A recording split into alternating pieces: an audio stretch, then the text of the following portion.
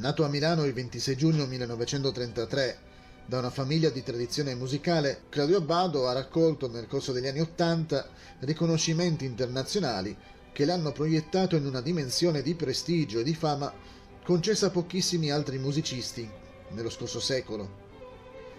Direttore musicale della Staatsoper di Vienna dal 1986, incarico che comprende in pratica anche la direzione stabile dei Wiener Philharmoniker, dal 1987 Abbado è responsabile della pianificazione e organizzazione delle varie attività musicali viennesi con il titolo di General Music Director della città, mentre dalla fine del 1989 ha assunto la carica di Chef Dirigent, direttore principale del più prestigioso complesso orchestrale del mondo, quello del Berliner Philharmoniker, succedendo Herbert von Karajan.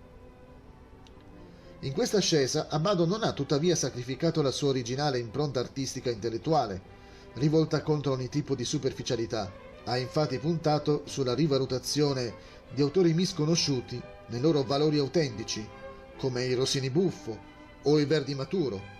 Ha inserito stabilmente nel repertorio operistico il teatro lirico del Novecento, da Berg a Prokofiev. Ha partecipato alla definitiva consacrazione dell'opera sinfonica di Gustav Mahler e promuove interessanti programmi di musica contemporanea.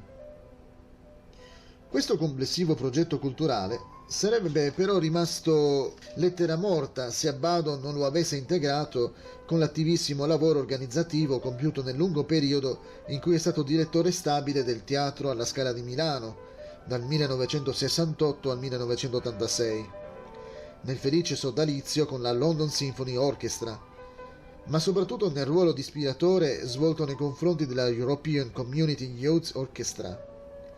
Pochi anni fa Abbado ha inoltre fondato l'Orchestra Giovanile Europea Gustav Mahler, della quale per la prima volta facevano parte anche musicisti provenienti dai paesi dell'Est. Sembra così una felice scelta del destino quella che pone oggi, a capo dell'orchestra più prestigiosa nella Berlino riunificata, un direttore che ha sempre considerato la musica come l'elemento coagulante della cultura europea. Nel modo in cui Abbado ha affrontato il vasto repertorio mozartiano emerge la stessa consapevolezza critica che ha guidato più in generale le sue scelte di repertorio. Tralasciato infatti un approccio immediato, spontaneo, esposto a gravi rischi di superficialità, egli si è avvicinato con prudenza alla partitura, mettendo in evidenza la logica del discorso musicale, la sua interna dinamica architettonica dalla quale soltanto può nascere un corretto coinvolgimento emotivo che non corre il rischio di scivolare nel manierismo. La lettura di Mozart che Abbado offre è molto raffinata, ma non per questo priva di quella carica sensuale che le partiture del compositore salisburghese esprimono con tanta forza.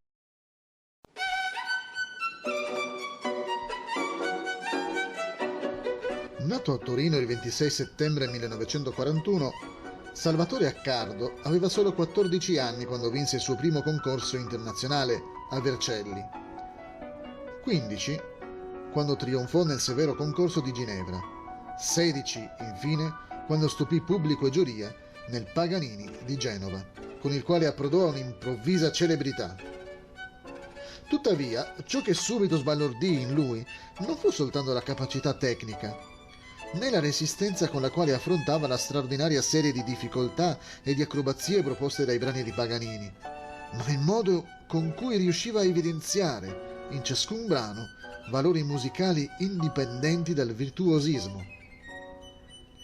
L'odierna riscoperta del Paganini compositore deriva in gran parte proprio dal modo in cui Accardo ha saputo interpretarlo, oltretutto arricchendo sensibilmente la sua lettura man mano che procedeva il suo cammino di maturazione artistica.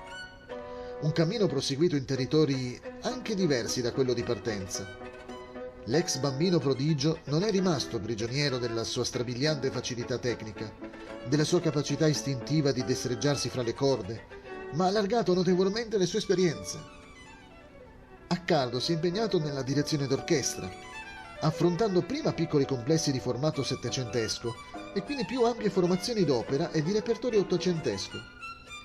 Ha sviluppato un interesse quasi scientifico nei confronti della liuteria, per i preziosi violini usciti dalle botteghe cremonesi degli Stradivari, degli Amati, dei Guadagnini e dei Guarneri, dei quali ha seguito e segue il restauro e la conservazione. Ma anche rimanendo nell'ambito del violino, le sue scelte musicali non si sono limitate al repertorio consueto, da Beethoven a Tchaikovsky, da Mendelssohn a Bruch. Grande attenzione a Cardo ha dedicato al primo Settecento, da Vivaldi a Tartini, e soprattutto un amore costante ha riservato per le pagine violinistiche di Mozart, ai concerti, alle sonate per il pianoforte, alle altre composizioni da camera. Ancora di recente, i suoi impegni discografici sono stati proprio indirizzati alla registrazione di brani mozartiani. La cifra interpretativa consolidata da Cardo nel repertorio settecentesco è rimasta sostanzialmente inalterata nel suo modo di affrontare il Mozart dei concerti per violino e orchestra. Sottolineatura del ruolo brillante del violino anche attraverso una particolare resa del virtuosismo, intensificazione della carica emotiva e lirica, ampiezza di fraseggio e varietà di colori, per i quali Accardo ha cercato una dimensione e un'espressività proprie, mai uniformate sul suono di tipo ottocentesco.